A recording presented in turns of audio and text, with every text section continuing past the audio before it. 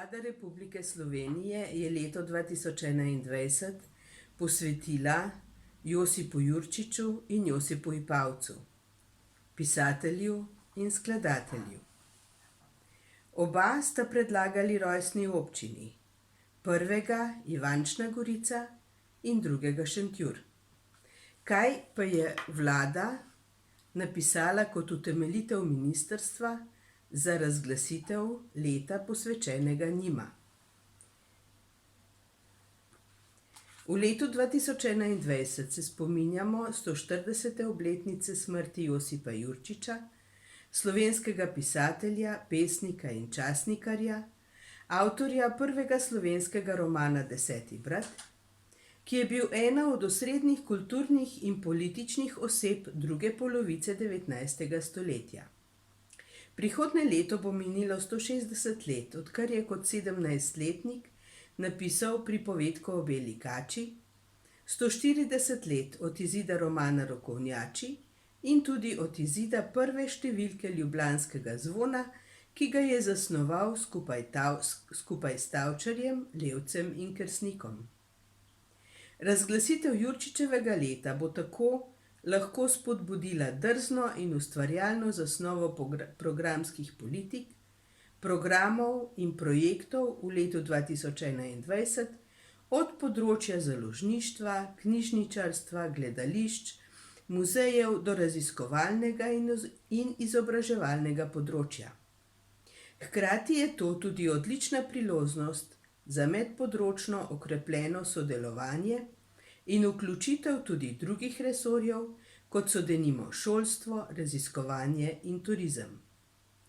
Razglasitev Jurčičevega leta 2021 na ravni države bo pozitivno povezala ne samo literate, pisatelje, urednike in kulturne ustvarjalce, ampak vso Slovenijo.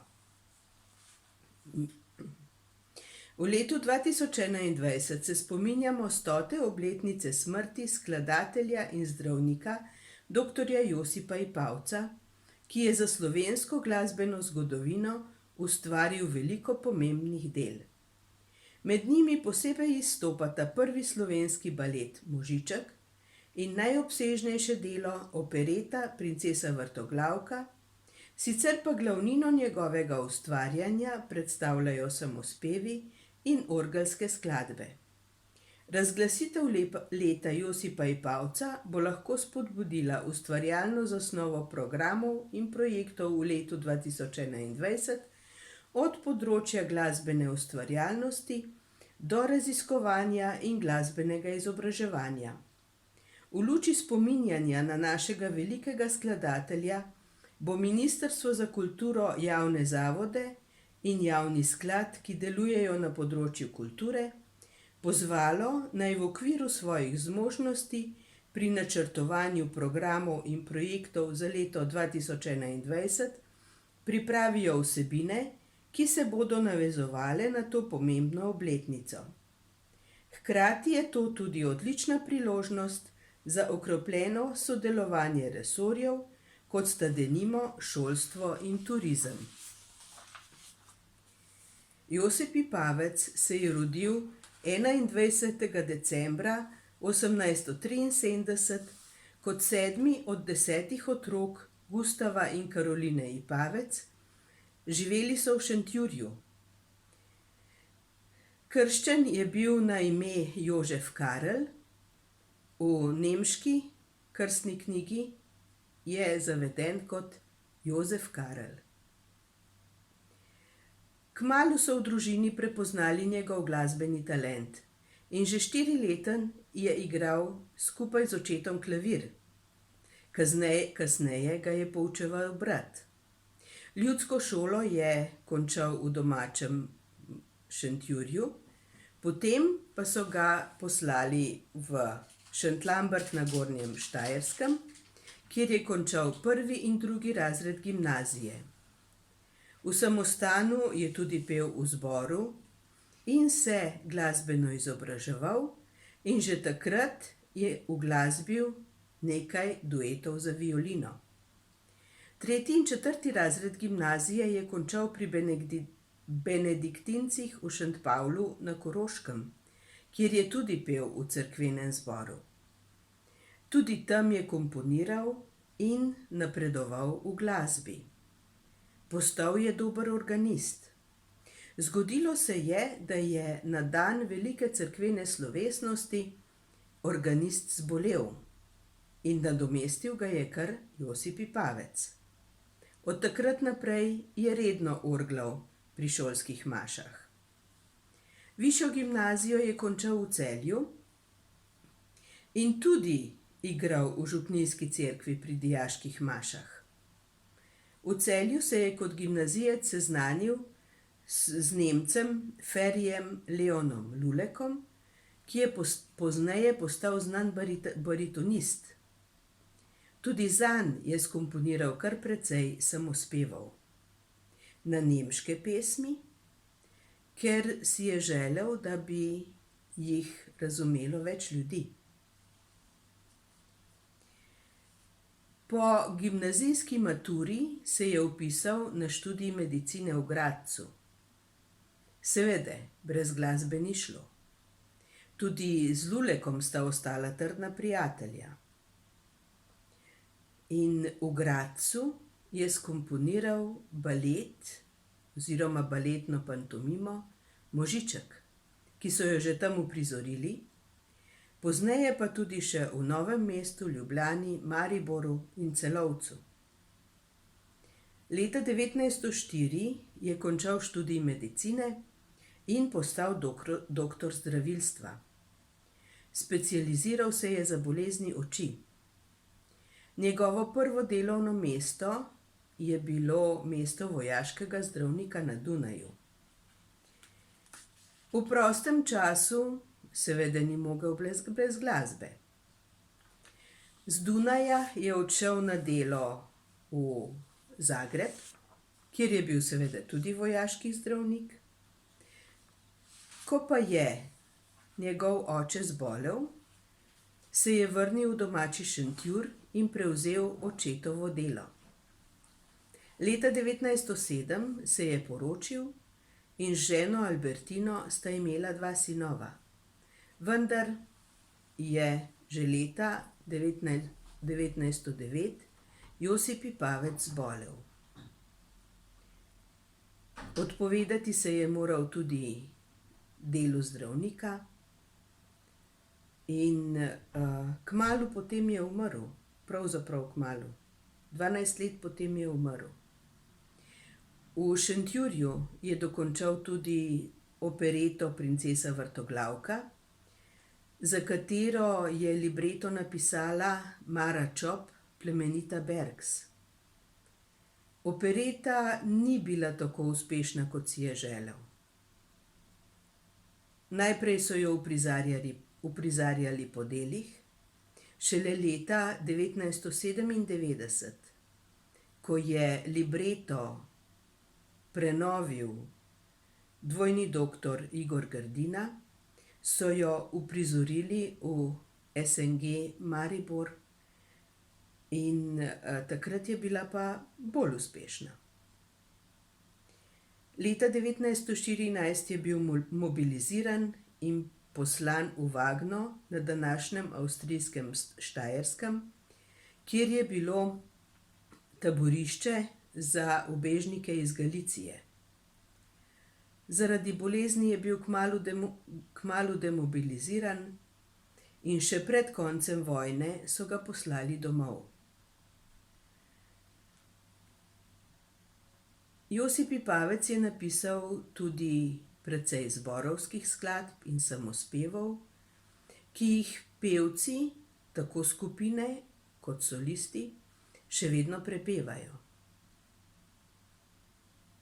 Tudi v Šentjurju živi spomin na skladatelje Ipavce in njihova hiša je protokolarni objekt. Josip Jurčič je bil rojen 4. marca 1844 na Muljavi pri Krki. Njegov oče je bil stiški kočijaš, ki se je na Muljavo priženil, in nekaj let imel tam tudi branjarijo in žganjarno. Joško je bil zvedav otrok in veliko njegovih želja po spoznavanju okolja in življenja je potešil njegov ded. Njegove pripovedi si je zelo dobro zapomnil in jih kar precej let pozneje zapisal, priredil in objavil tudi v knjigah. Spomini na deda so to. Osnovno šolo je obiskoval na Krki. Prvo leto mu ni šlo, niti pisati se ni naučil. Pa ga je vzela v roko starejša sestra, potem je pa šlo. Tako dobro, da je bil odličnjak. In 11-letnega so ga odpeljali v Ljubljano. Najprej je bival pri teti in hodil v šolo, v normalko. Kot gimnazijec pa je bival od 3. do končanega 7. razreda v Alojzijevišču, in sicer na predlog domačega župnika in ker je bil odličnjak. V 8. razredu gimnazije pa se je že preživljal sam, in to s pisanjem. Prvo njegovo objavljeno delo je bila pripovedka o beli kači. Zagotovo tudi v spominu na deda. Objavljena je bila leta 1861 v Slovenskem glasniku. Ozračje v Ljubljani je bilo v letih njegovega šolanja precej narodno zavedno in je dobro vplivalo na razvoj slovenskega pripovedništva. Na Jurčiča je močno vplival tudi Fran Levstik s svojimi programskimi in jezikoslovnimi spisi, pa seveda z Martinom Krpanom. Poleg njega je imel močan vpliv na Jurčičevo pripovedništvo tudi škotski pisatelj Walter Scott. Njegove knjige je dobesedno požiral. Kot sedmošolec je zasnoval zgodovinsko povest iz 15. stoletja Jurij Kozjak, Slovenski janičar, ki je izšla pri Mohorjevi družbi v Celovcu in je bila prevedena tudi v nekaj tujih jezikov. Zanjo je dobil tudi 100 goldinarjev denarne nagrade. Povest temelji na dejstvih iz Valvazorjeve Slave vojvodinje Kranjske. Med počitnicami pred 8. gimnazijo se je mladi Jurčič odpravil na grad Kravjak, kjer so imeli bogato knjižnico. Tam se je seznanil tudi z Johano Otovo, s katero sta se spoprijateljila in tudi zaljubila, vendar sta se njuni poti kasneje ločili. Kljub temu sta ostala prijatelja in sta si dopisovala. Johana Otova je tudi vzorec za Manico iz 10. brata. 10. brat je prvi slovenski roman. To smo vsi slišali že v osnovni šoli. In tam pripoveduje o gospodi s Kravjaka in o vaščanih, ki se zbirajo pri gostilničarju. Tam se zbirajo tudi vaški posebneži. Posebej 2 sta glavna lika v 10. bratu. Eden je Krjavelj, kateremu se nasmejimo, drugi pa Martinek Spak, ki nam marsikdaj da misliti. Pa poslušajmo nekaj o Martinku Spaku. Ti, Miha iz Podgaja, nisi vreden, da za mizo sediš. Ti si oderuh. Tebe bomo dali h konjedirki v službo. Vrgli te bomo na smeti, če se brž ne poberaš ven. Ven! Tistemu, ki kateremu je to veljalo, in njegov sosed sta vzdignila glave po konci. Pri letnemu Mihu so se grbe na licu pomnožile in barva se je v zeleno spremenila, ko je videl, da ga podi Martinek ven. Obledel je iz jeze in sramote, da ga tak človek hoče iztiriti iz družbe, in ni ga bilo volja iti. Nasproti pa je bil toliko babljeveren, da se je bal z 10. bratom prepira, kateri bi mu lahko napravil, da mu bodo krave krvavo mleko imele in drugih urokov veliko. Tudi morda ga je vest toliko pekla, da ni niti šel, niti ne precej odgovoril, zakaj ne gre. Ali si me slišal? Kaj sem dejal? Vpije Martinek. Pa zakaj? Vpraša Miha s svojim zoprnim glasom. Zato, ker smo tukaj sami pošteni ljudje. Ti pa si Marcina pasja, oderuh. Ti pojdi h konjedircem in rabelnom za hlapca, ne pa med poštene može za mizo. Poglejte, može. Obrne se 10. brat do drugih. Tukaj sem dolgo poslušal, kaj imata ta dva, in Bog oče me udari, če sem še kaj takega slišal. Za 4 tedne, odloga prosi, ta vaš sosed Francelj. Vsi veste, da temu hudirju denarja ni treba. A zakaj ga tako terja, da še z jokom se ne da preprositi? Zakaj? To vam povem. Francelj je res jokal pod pestmi. Lepo do oči ga pogledite. Zato, ker mu meni domačijo prodati, ker ve, da ga bodo potlej v vojake vzeli in da bo potlej lahko za njegovo deklico hodil v svojem 60. letu, palica ga potipli. Kaj počnemo z njim? Ali ni prav, da se napravo izkida izpred nas? Nič se ne boj, France, pa vesel bodi, plačala bova tvoj dolg, hiša ti ne bo prodana in ljubico boš imel. Jaz vem za zaklad. Drevi ob 9:30 v Leznecu bodi. Na križišču posedi, da jaz pridem. Pa še te tam Martinek mladeniču na uho. Udari potem ob mizo in ves spremenjen zavpije. No, kaj ste umolknili? Pa prej ste godli in klopotali, da so me po eni plati ušesa bolela. Zdaj nekdo kakšno obaltno zarobi, da se nam kri razgreje. Le pite, danes je moj dan, jaz dam zanj, kolikor mora kdo piti. Ob koncu gimnazije so sošolci Fran Celestin, Franjo Maren in Josip Jurčič izdali almanah Slovenska vila. Vila naj bi bila v tem primeru alegorija za slovensko pesništvo. V tem almanahu je Jurčič objavil nekaj pripovedi, pa tudi nekaj pesmi, balad in romanc. Poslušajmo eno od teh balad. Slovenski junak iz turškega boja. Junaka meščina obseva, mu trhlo lice mraz srdi. Oko solzica mu razgreva, ko zvezda gori se blešči. Konjiča vodi barve bele, za brzdo zdrgnjeno junak. Stopinje obema počasnele, enako obema je korak. Oba je naju moč pustila, kako ognjen si sorec bil, ko v pričo Turka sva podila, ko v prvič meč sem jaz vihtel.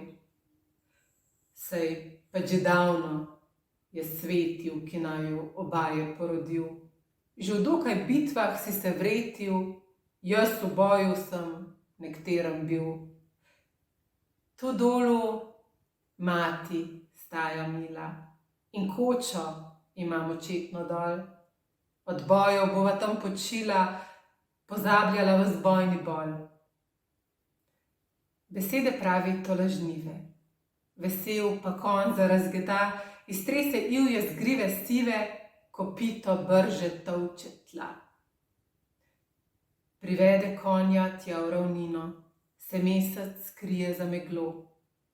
Pozna z mladostnih let dolino, pozna do koče stezico.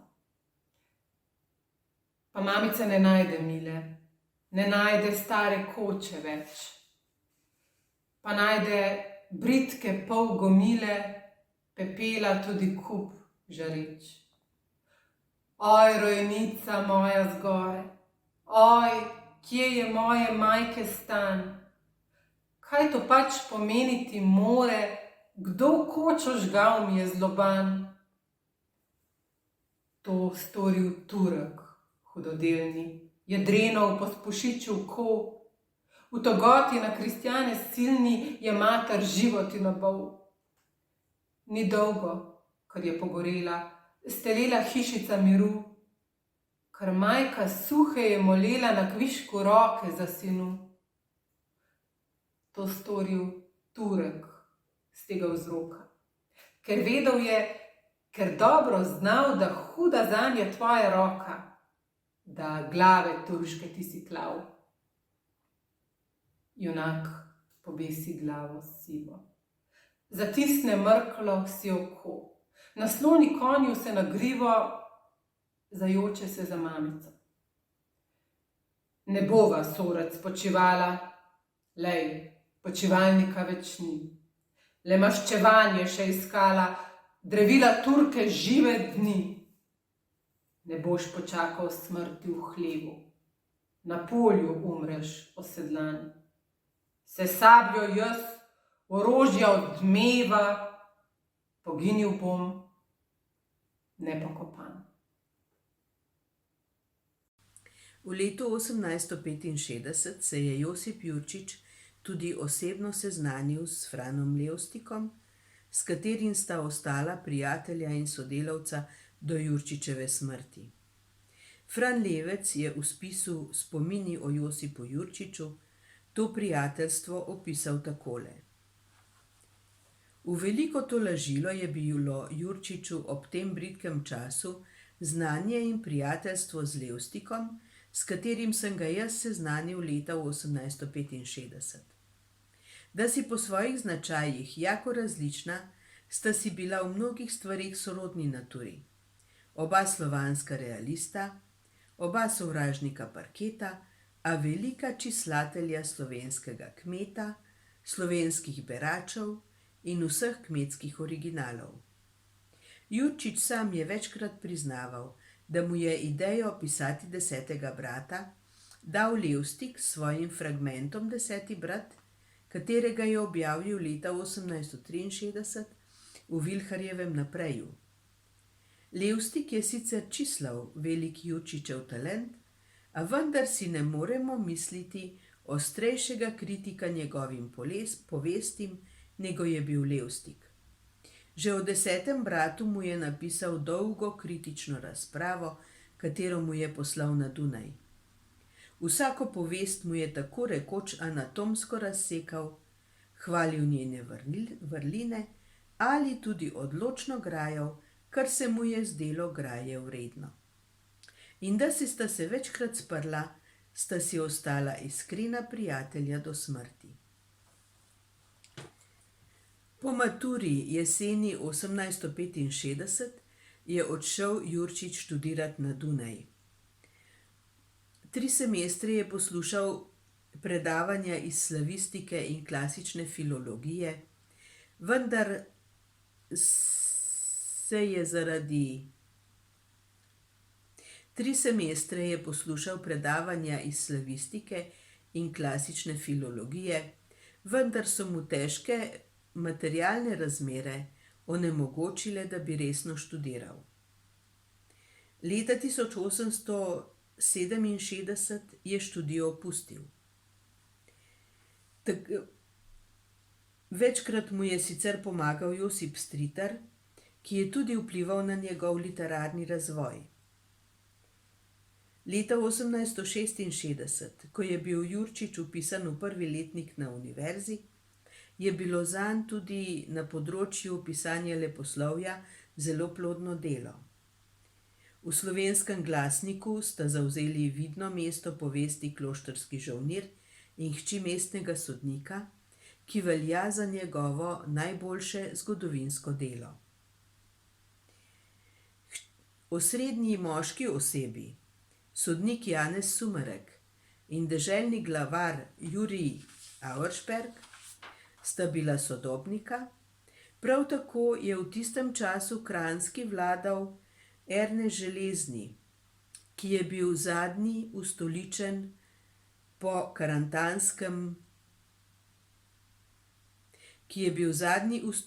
na Karantanskem vojvodskem prestolu. Zgodba pripoveduje o mladi Heleni, hčeri sodnika Sumereka, ki se zagleda v italijanskega trgovca Čirjanija. Tudi njemu je ona všeč, vendar z njo nima resnih namenov. Poudarja svoje plemenito rojstvo, plemenito rodbino in ne gleda ustrezno na navadno meščansko žensko.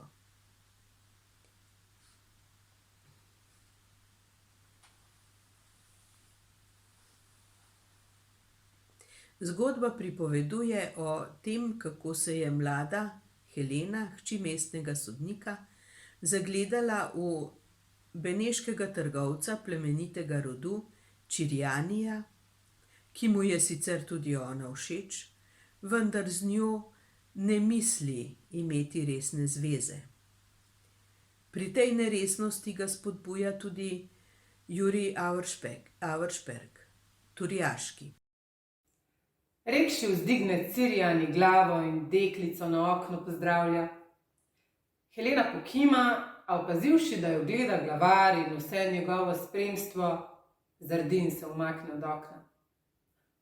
Kaj takega je vredno, da se človek potrudi, pravi Cirjani.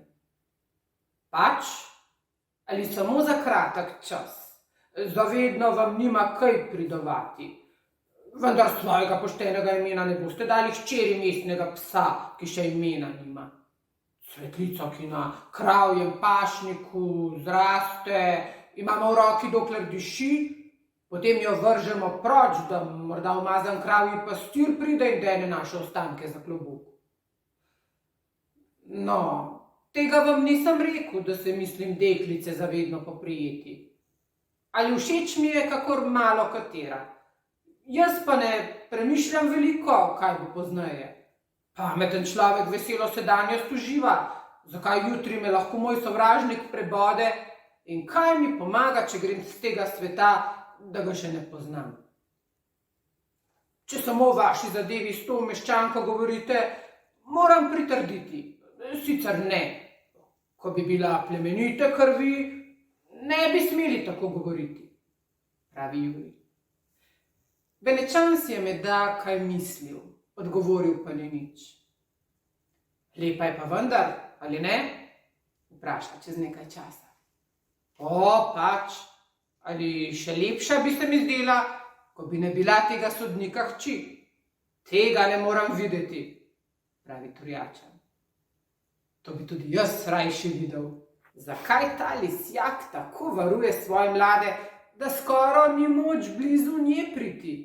Komaj dvakrat sem govoril z njo, nikdar pa nisem mogel ukrasti se tako ali tako v hišo, vselej me je stari prestregal in odpodil. Ali ste govorili z njo? O, že tolikanj sem se ponižal, da sem si napravo prizadeval njega pridobiti. Ali stari Cereberus je koj vedel, kaj bi rad? Zabodel bi ga bil na mestu, kakor se je proti meni obnašal. Zdi se mi, da si je izbral zeta, nekega debeloglavega kramarja, kislega obraza. In jaz sem že pozabil, pošten jezik ga še izgovoriti ne more. Ja, kaj pa deklica? Ali ste si njo pridobili? Saj menim, da sem jo, če vse moje znanje ženske nature ni piškalo. Ko bi le starca ne bilo, potem bi smel upati nekaj sladkih uric. Le čakajte, bova že naredila, da bo dobro. Jaz svojim prijateljem rad pomagam, sosedno bom vam v tej reči, ker si mislim, da tega sodnika ne bo nobena reč bolj jezila. Da vam lahko pomagam, tega se bodete kmalu prepričali. Kaj je nam za to, če starega tako ali tako ukrotimo za nekaj časa? Postavimo ga, če ga vtaknemo v kakšno luknjo, da ne bo nekaj dni sonca videl. Potem bo krotek in obljubljal bo marsikaj. Zatorej je vedel glavar, brž ko je prišel nazaj po stopnicah navzgor do sobe dekličine. Ko so vstopili v stanico, stala je deklica v sredi, belo oblečena in obrnjena proti vratom. Za roko jo je držal Cirjani. Ko je očeta zagledala na pragu, vzkliknila je od veselja, hotela s silo izpuliti se Cirjanu, a ta jo je trdno držal. Ravno ko je izgovorila besedo oče, izvleče Italijan nož in zavpije z divjim krikom. Nihče te žive ne bo vzel meni, tudi vsi grofi Auspergine. In rekši jo zabode v srce. Stari sodnik ni črhnil besedice. Kri mu je šla z lica. Naslonil se je na zid, zdrsnil in omedlel na tla. Tudi grofa je naglo hudodelstvo tako prevzelo, da sprva ni vedel, kaj storiti. Poštenjaka Simona je sicer tudi osupnilo, a ne toliko, da bi si ne bil v svesti, kaj je potrebno po njegovi najboljši pameti storiti. Predno je mogel Cirjani vskočiti, bil je Simonov kratki meščanski meč v trdno vajeni roki. Boj je bil kratek. Lah se s svojim nožem ni mogel ubraniti. Kmalu se je zvrnil. Dve duši sta šli skoraj ob enem dnevu pred sodni stol odgovore dajati. Pa se je ena lože odgovarjala od druge. V trenutku je bila soba polna služabnikov, ki so strme gledali, kaj to pomeni. Tudi gospodar je bil v tem reč premislil po svoje. Ukazal je hlapcem, naj starega sodnika in njegovo mrtvo hči spravijo v mesto. Grniščaka pa je zapovedal zapreti, rekoč, da v hiši njegovi nima nihče pravice koga kaznovati, nego li on sam in njegovi bratje. Zastonj se je Simon izgovarjal, da je tudi njemu obljubljena pravica in varnost. Zastonj se je hlapcem srdito branil po medvedje. Polomili so ga do tal in moral je ostati v zaporu. Med tistimi dnevi, ob katerih je Ljubljana, osredek lepe kranjske dežele, vladajočega svojega vojvodo pozdravila z gromovitim veseljem, šteje se tudi pepelnična sreda leta 1423. Ta dan je bil Ernest sam prišel v Ljubljano, da bi mestu zopet povrnil mir in pokoj. Tako je bil zaslišan od poslancev mestnih, kako deželni glavar Ausperg pod nogi meče sveto pravico. Poslal in sklical je bil v Ljubljano več veljavnih mož svetega in duhovnega stanu, ki so imeli nalogo Auspergove pregrehe preiskovati in če se v resnici kar tožijo meščanje, ostro ga soditi. Da so ga ne samo njegovi sorodniki podpirali in zagovarjali, temveč tudi večina kranjskega višjega plemstva, bil je vendar odstavljen in obsojen na smrt. Ko je torej na omenjeni dan vojvoda sam prišel v Ljubljano, da bi razjarjene meščane potolažil in deželi postavil drugega glavarja, ponudila se je bratoma obsojenca Herbertu in Leopoldu Auspergu prilika na čelu velike množice sorodnikov in prijateljev prositi pomiloščenja. Vojvoda se je najbrž tudi bal zameriti se tem mogočnim možem. Zato se jim ni upal odbiti prošnje. Tako je Jurij odšel zasluženi kazni. Če ni bilo toliko ponižanje za prevzetnega in ošabnega grofa uže kazni dovolj. Namesto njegova je bil nato za deželnega glavarja izvoljen Ulrik Šenk z Ostrovice, s katerim so bili menda Ljubljančani zadovoljnejši, ker zgodovina pač ničesar slabega ne ve o njem. Ko je leta 1868 prenehal izhajati Slovenski glasnik, je Jurčič ostal brez sredstev za preživljanje. Spomladi so ga povabili k sodelovanju pri Slovenskem narodu v Mariboru in tam je ostal 2 leti kot časnikar. Glavni urednik Slovenskega naroda je bil takrat Anton Tomšič, Levstikov idejni učenec.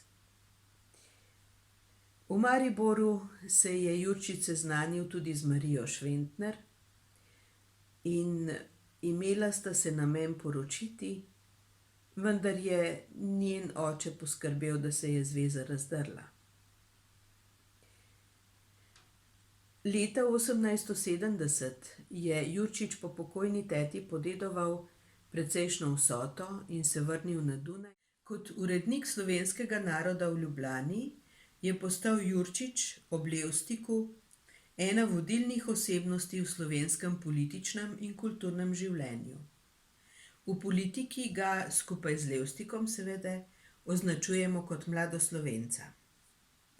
Po letu 1876 je spet napisal nekaj več leposlovnih del, vendar je pri tem njegova umetniška moč manjša, kot je bila pri zgodnjih delih.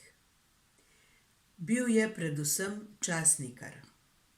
O tem piše tudi Levec v že omenjenem spominskem besedilu.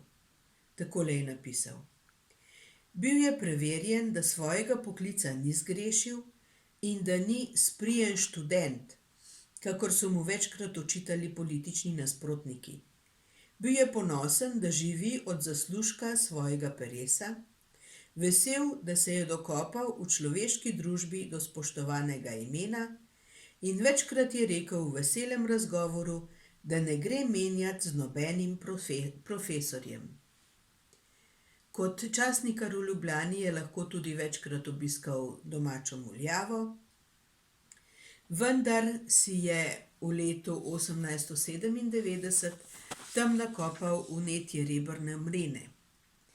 Zdravil se je, potoval tudi v Benetke, vendar se je po zimi 1880 znova prehladil in bolezen se je stopnjevala in se razvila v tuberkulozo. Aprila 1881 je legel in 3. maja umrl, star komaj 37 let.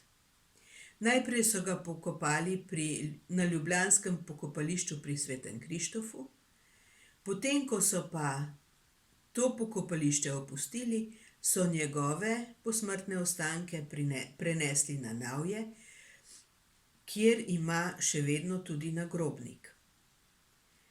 Nagrobnik so mu postavili občudovalci že nekaj mesecev po smrti. Avgusta 1881 je že stal. Načrte zanj je naredil francoski arhitekt Leblanc v starogrškem slogu. Odobril ga je slikar Ivan Franke. Spomenik je visok 3,20 metra ter širok 1,40 metra. Iz sežanskega marmorja ga je izklesal kamnosek Čamarnik, železno ograjo okrog njega pa je izdelal ključavničar Zelenec. Zanj so zbirali denar z različnimi prireditvami in stroški spomenika so znašali približno 560 goldinarjev.